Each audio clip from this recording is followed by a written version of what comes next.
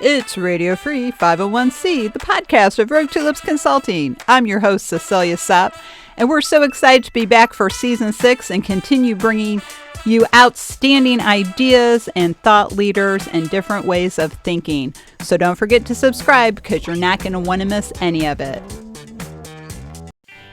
This week I'm joined by two guests and good friends of mine, Michael Butera and Cheryl Ronk. I know you've heard of both of them, even if you don't know them personally. You're going to hear what they have to say about adaptive leadership and defining your impact in the future of associations. It's December 2nd, 2024. Welcome to episode 265. Hey everybody, it's Monday, December 2nd, and that means it's time for another episode of Radio Free 501c, brought to you by Rogue Tulips Consulting.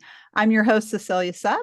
I am a CAE and ACNP, and I am the principal and founder of Rogue Tulips, and I'm so glad you're here with us today. To our entire audience all over the world, good morning, good afternoon, or good evening, wherever you may be. This week, I have two of my good friends here. They've both been on the show before, and I'm so glad to have them both back. We're here to talk with Michael Butera and Cheryl Ronk about adaptive leadership in associations and the importance of this for the future of our profession.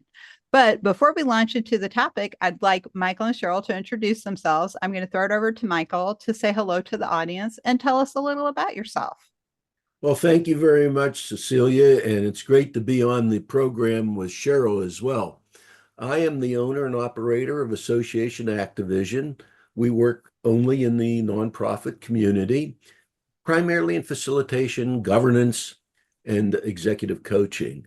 I'm very happy to be one of the partners with Rogue Tulip. And we'll talk a little bit more about our adaptive leadership program in just a few minutes. Cheryl, it's off to you. Great. Thanks, Michael. So I'm Cheryl Ronk. I am a CAE, proud to be a CAE. I'm also a fellow of the American Society of Association Executives, and I've had a long-standing career in association management. I had the opportunity as the last position to spend 30 years with the Michigan Society of Association Executives. Upon my retirement, which has been 6 years ago, I started doing a number of different things to help different associations throughout the world. And most recently, I'm really only working with Rogue Tulips to help make sure that CAEs, especially those that have seen the test before, have success. And I'm helping make sure that CAEs for their renewal have their ethics class and understanding so they can help make sure that we live in a more ethical world. That's great. Well, and I get to talk to the two of you on a regular basis, so I'm always happy to have you both together at the same time. I hope the audience is appreciating how fun this is going to be to have two of our leading minds talking about a topic this important. And yes, as Michael mentioned, Rogue Tulips Education is offering this course, Adaptive Leadership, starting in 2025. And as we said, we'll talk a little bit more about that. But when it comes to adaptive leadership, as Cheryl mentioned, we do a lot of education for people who have the CAE or who want to earn the CAE. One of the things in our domains of practice for ASAE for nonprofit management that focuses on associations is adaptive leadership. The favorite definition I have of that is purposeful evolution in real time, meaning you are reacting in real time to the real world without waiting too long to make a decision or make things happen. So I'm going to throw it back over to Michael. Michael, what is your view on adaptive leadership? Actually, it's pretty close to what you said, but what I like to say is that it's intentional agility in a disruptive environment. I think that's what brings us to understanding what adaptive leadership is, because after all, adaptation is really the new leadership superpower. And that's what we're all about as we develop and work with each other, and hopefully with many of you in our new course. Oh, that is great. I love that. Cheryl, what is your take on adaptive leadership? Well, I like both of your descriptions, and they've been insightful hearing them today. For me, it's more knowing what you're doing, understanding what's in front of you, and looking for patterns, noticing may be the key word, noticing patterns or things that might be different for your members or your staff and contemplating how to make the most of it. That is great. And, and again, this is one of the reasons the three of us got together at Michael's suggestion. He wrote a wonderful outline for this course, and he came to us and said, hey, I think we should do this. And I agree 100%, especially in light of how many younger or newer chief staff executives come in feeling not super prepared for everything that they need to expect. So, Michael, what are some of the things that you think a leader in association management needs to be aware of in order to be an adaptive leader? Well, in the first module that we've prepared, we're looking at the idea of values and purpose. And I think it's really important for people to understand that, with purpose and done well within your value set and your organization's values is a way for us to begin to move forward. We live in very disruptive times, and defining your impact now in understanding that if you adapt today, you lead tomorrow will be a part of how we focus in on the needs that new executives and current executives have as they work in this very unusual time that we find ourselves. Having said that, let me add one more point. Hey, this isn't the 20th century anymore. We're almost a quarter of the way through the 21st century. The way we worked in the 20th century does not meet the realities of today. And that's why adaptation is so important. And that's why we want you to join us in defining your impact for your association as we do a better job in the association community for our members and for society in general. That is an excellent point. And I agree, the 20th century, we need to let go of that. We need to let go of the 19th century thinking that also still influences us very much. So we need to learn to let go of things. So Cheryl, what are some ways we can do that? What are some steps we can take to change our mindset and maybe start letting go of some things? Yeah, so I agree totally with where Michael was in his mindset. When I look back, every association had to have an annual meeting, had to have a magazine, had to have a website. And if you had those things, you could be successful. Those days are gone. Those days are gone. And whether COVID was the interruption or whether just the change in the economy and what people are seeing as important, or even the influx of information from others, it's changed. And so, what is old is new again, because associations need to move back to why they were formed. What is their core purpose? Or what makes them so relevant today that their members cannot live without them? To be adaptive, I think that not only the chief staff executive, although the chief staff executive has to drive this, everyone needs to have a different understanding of the role that an association can play with its members and how that can be so important that they can't get it anywhere else.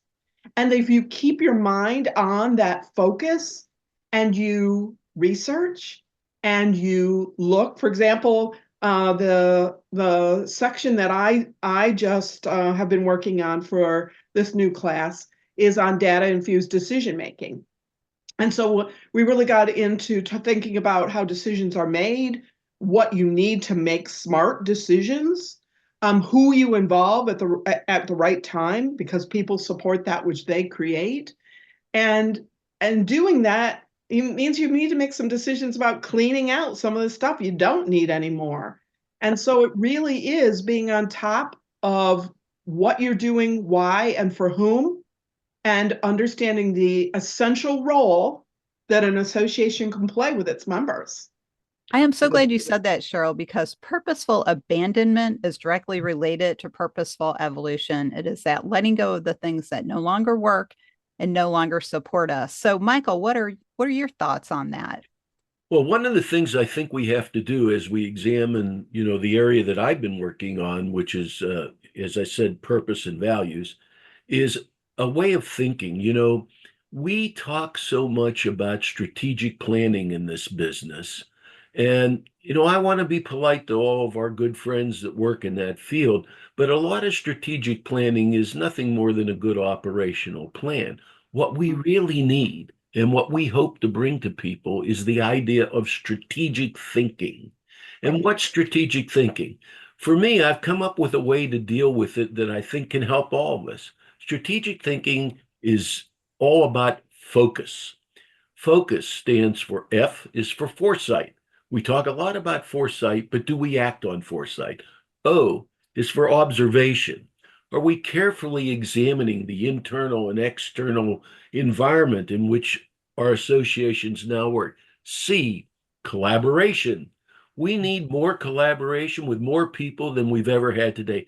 Just like we are collaborating and creating this course so that you can define your impact, individuals, leaders are going to have to collaborate much more broadly than they ever did before, not just within their memberships, but also with the stakeholders they don't see, who are in fact stakeholders. And U is for understanding this deep analysis that we need. And as Cheryl mentioned just a few moments ago, this data infused concept, about relationships and patterns and underlying causes. And last but not least is S, and that stands for synthesis. And what I mean by that is that is, if I can say it right, is integrating ideas and information for actionable plans. So what we hope to do in the section I'm working on is to get you to start to think about the importance of strategic thinking first. Then let's get to our operational plans. And if that's embedded in your values and your purpose, you're a long way to making sure that in these very dynamic times that you are an adaptive leader. I think that is absolutely brilliant. I love that acronym focus. Thank you for sharing that. I love that. And I think also one of the things we need to think about, because like you, Michael, I know there's a lot of strategic planners out there, people who say they're strategic planners. It's like I joke around and say, if you spit, you hit a strategic planner. But we have to understand the difference between strategy development and facilitation. They're two very different things. So how are you guiding people in that direction? And what are the resources you're going to give them to help them form that strategic thinking pattern that we need them to have? So Cheryl, what are your thoughts on that? Absolutely. So I am a big component of preferred futures. And in fact, I know that Cecilia, you and I have done one of the radio free 501c programs just on preferred futures, because I believe that foresight that started off Michael's focus analogy is key. But once you have it down doesn't mean you stop thinking that way. So you have to constantly be looking at what's going on. You need to be looking at what's happening in the environment. How does that impact your operations? How does that impact your members? There's talk about new legislation, and it may mean this.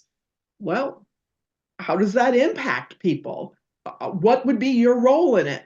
And sometimes it may be nothing, but you may have to look at how does it impact the vendors that help our members. So one of the big things that's being talked about now is that overtime and tip money may not be taxed. That's going to impact a lot of different things. And so for any organization, we could come up with a list of tons of things, but it is then analyzing, okay, what does this mean? How are we going to propel this? How are we going to react to this? How are we going to educate people on this? And so it's being proactive and strategic. And as Michael mentioned, that strategic thinking, that has to be a key component of all of the staff in the association world all the time, because different people see different things. And so the more that you are allowing people to notice and come back and say, hey, I'm seeing this.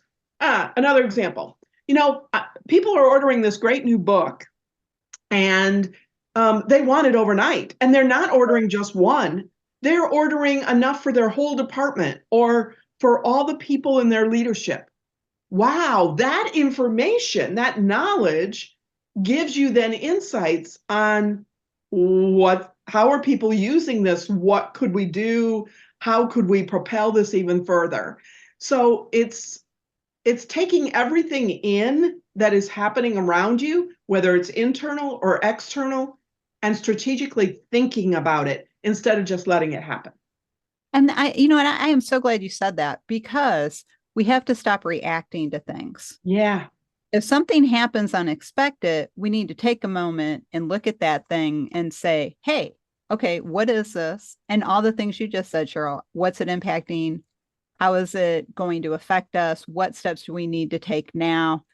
It's like the lockdown. We're all still talking about the lockdown because that's the biggest black swan event we've seen in probably 50 years in the association community.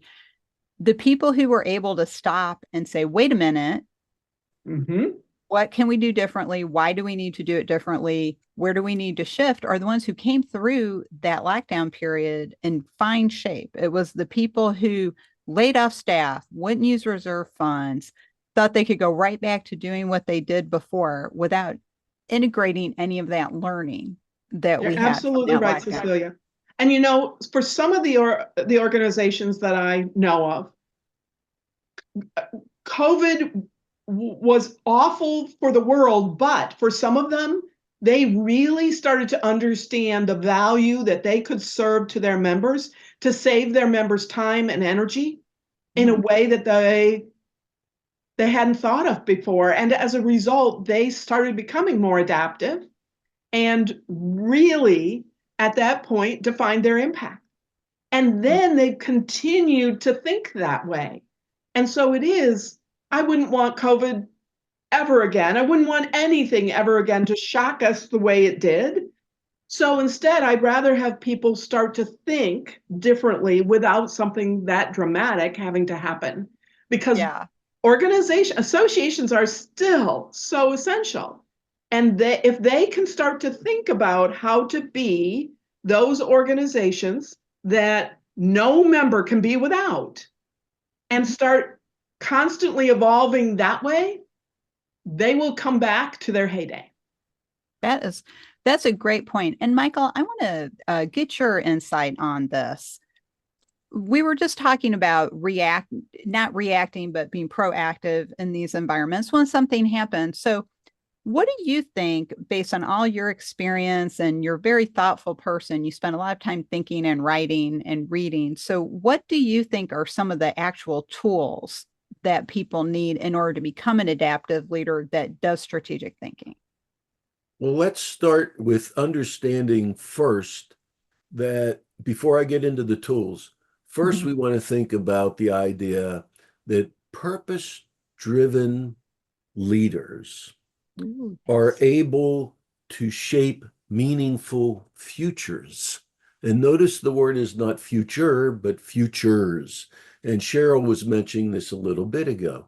So what are the tools that we need in order to take a look-see, not predict, but look at the trends as to what they might be, and then try to shape our organization and the capacity of the organization to move in that direction?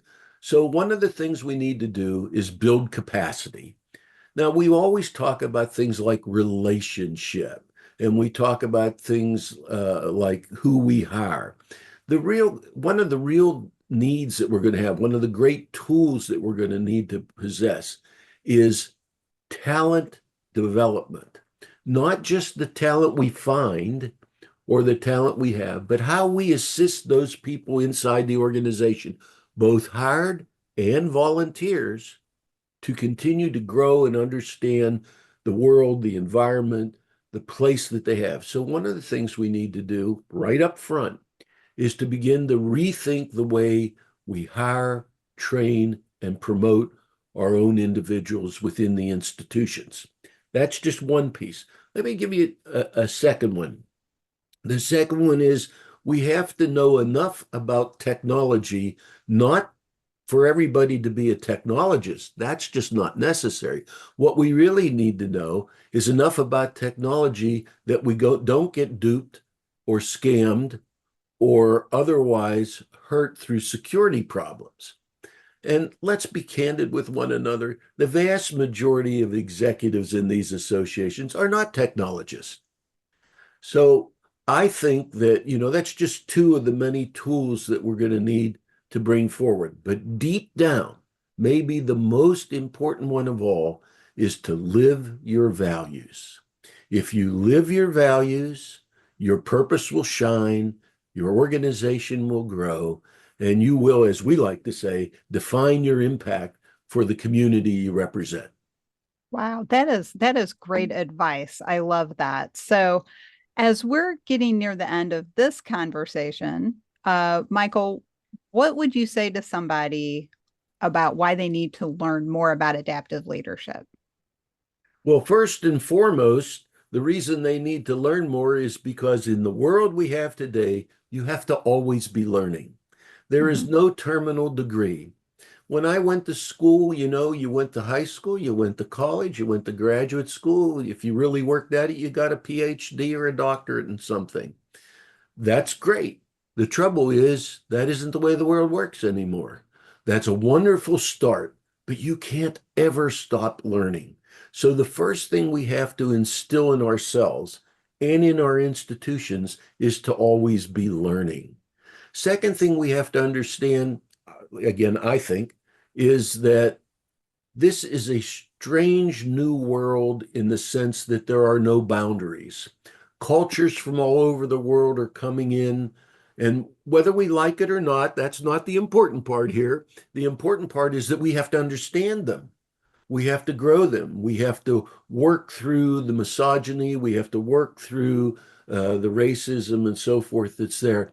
If you have strong values and you understand your purpose, you'll be able to do that. And the other one I mentioned earlier, and that is the rapid change in technology.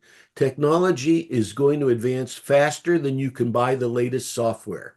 So don't get stuck on what to buy. Get stuck on what it does to improve your well-being, to help you analyze and be data infused, and so forth and so on. For me, those are the three biggie trends that we need to work with. And I think our program, this adaptive leadership program, is going to put that in perspective for you. And while we're going to start with purpose and values and move on to data infused decision making, there are other tools yet to come. And I think that if you want to be a 21st century leader, you must learn to adapt. You must learn to be agile. And I certainly hope you come to our course. Yeah. Well said, Michael. So, Cheryl, what are your thoughts on the topic of why someone should learn more about adaptive leadership? I think that being in the role of a chief staff executive can be very lonely. Mhm. You don't have a lot of people that you can problem solve with because you have a board that you report to, and yes, you involve them, but they have a specific role. And then you have staff that report to you, so you sometimes can't have conversations with them at the same level. And yes, you have peers, but they don't know all the ins and outs, and you can't share all the ins and outs of your organization. So this is a way to become your own best friend, because we are structuring the class so that there will be thinking time and exercise time and reflective time, to really get your hands around what could be, what you do have, but what could be as well. So I think it's great for a chief staff executive, even if you think you're doing a bang up job, you never know what's going to come around the corner. And this, I think, will just sharpen the tool, sharpen the saw. It would be one way to say that. I also think it's great for especially new chief staff executives, so that you have the lingo, you have the mindset, you know where to connect some of the pieces to really make a difference, to your organization.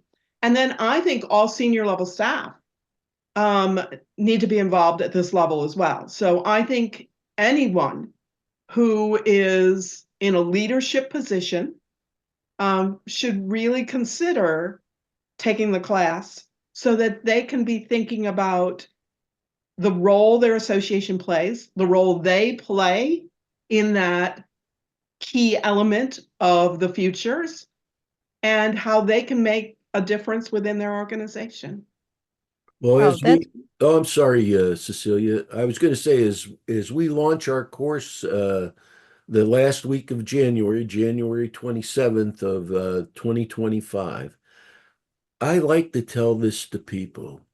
Future-ready leaders navigate change. They don't fear it. And what we're offering in the adaptive leadership model is a way not to fear, but to understand, not to fear, but to grow, not to Yeah. fear, but to be ready to lead for what is a very dynamic and actually opportune-driven century that we now find ourselves in. Yeah, well said. And I think that will be one of the key things that makes a difference between successful CSEs and non-successful. And those that are successful are going to be the ones who see all that change as opportunity. Not that they can do everything all the time, but working with their members through their board, through their executive committee, through their committees, will find which opportunities will make the biggest difference for their membership. Yes, that's great. And I think this is going to be an exciting course. I think people will learn a lot from it. I think it does include all the tools that people need for a century like this. Now, there probably have been centuries like the 21st century where it seemed like everything was available, everything was an option. The sky's the limit. It's not just the 21st century, but it's the one we're living in right now. I think there's tons of opportunities today. There's access to a lot of information. We're a very global world. We're a very mobile world. And I think that's all to our benefit. So I would like to encourage everybody to check out this course. As Michael said, the course will launch the last week of January, January 27th, 2025. You can go to the Rogue Tulips website, roguetulips.com, go to the education page, read our short description of this wonderful in-depth program, and sign up for our Notify Me form so that as soon as registration opens, you can be one of the first in the door. So I encourage you all to do that. You can find Michael and Cheryl on our partners page if you would like to learn more about them. But Michael, how can people get in touch with you if they would like to get in touch with you and ask you some questions about the course? So my website is associationactivision.com, but I'm going to give you my direct email address. It's a little long, but I'm more than happy to answer any questions that you might have about the course.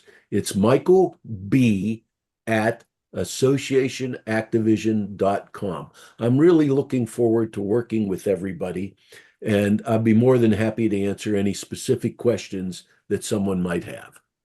Great. Thank you. And Cheryl, how could people get in touch with you if they'd like to get some more input from you on this course? Yeah, thank you. So I don't have a web page anymore because I am very selective in what I'm doing, but you can always find me on LinkedIn and message me there or send me an email.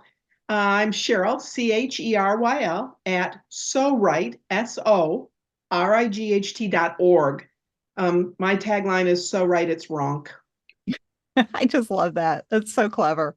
I love working with you guys. You're so smart, you're so clever, and you're so forward thinking. I really appreciate it. And so, as we wrap up this episode, we have to go rogue for now. I want to thank Michael and Cheryl for joining me to talk about this wonderful course, as well as this important topic. Hopefully, you and the audience have taken away some good ideas, whether or not you decide to take this course. The concept of adaptive leadership is key to the future of associations and the world. So check it out, check out the course, learn some more about it. If you'd like to learn more about Rogue Tulips Consulting and how we can help you think outside the box and bloom outside the box, check out our website, roguetulips.com. Check out our education page. We're planning our 2025 schedule, so keep an eye out for updated ethics courses, study groups, and other courses to help you stay on top of everything in the association management world. Check out our blog, Going Rogue, to find out what's on my mind lately. And lastly, I'd like to encourage you to check out my book, Association Chapter Systems from Frustrating to Fruitful. It is a condensation of all the wisdom I collected over decades of working with chapters of all kinds. It talks about chapters, governance, relationship management, future thinking, and the future of associations. That was published by Broken Column Press. You can get it exclusively on Amazon.com. So check that out. Thanks for joining us this week. On behalf of Michael, Cheryl, and myself, we'll see you next time.